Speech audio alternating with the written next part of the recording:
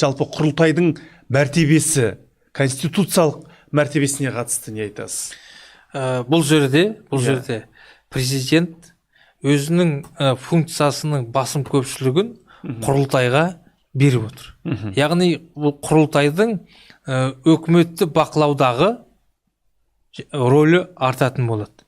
Сонымен бірге мынау конституциялық сот, жоғарғы аудиторлық палата, оның барлығы енді құрылтайға бағынышты болатын болады.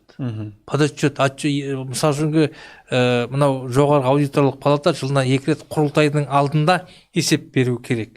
Яғни бұл жерде мынау құрылтайдың негізгі функциясы артып отыр. Ол ең негізгі функция, ол өкіметке бақылау жасайды, және сонымен бірге мынау жоғарғы аудиторлық палатаға бақылау жасайтын болады.